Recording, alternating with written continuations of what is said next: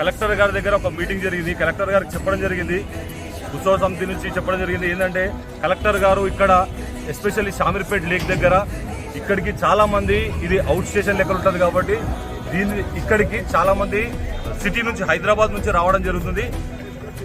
క్లియర్గా చెప్పాము ఏంటంటే ఇక్కడ ట్రాఫిక్ ఇబ్బంది అవుతుంది. ఇంకోటి ఏంటంటే ఇక్కడ వాష్రూమ్స్ లేవు. అదే కాకుండా మేము కలెక్టర్ గారు చెప్పడం జరిగింది ఇక్కడ గుడి పక్కన పెడితే సుమారు ఒక 300 నుంచి 400 బండ్లు ట్రాఫిక్ ఇబ్బంది లేకుంటుంటది.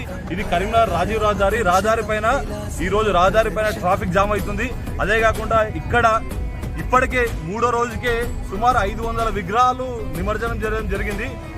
అయ్యా కలెక్టర్ గారు ఒకసారి ఆలోచించండి.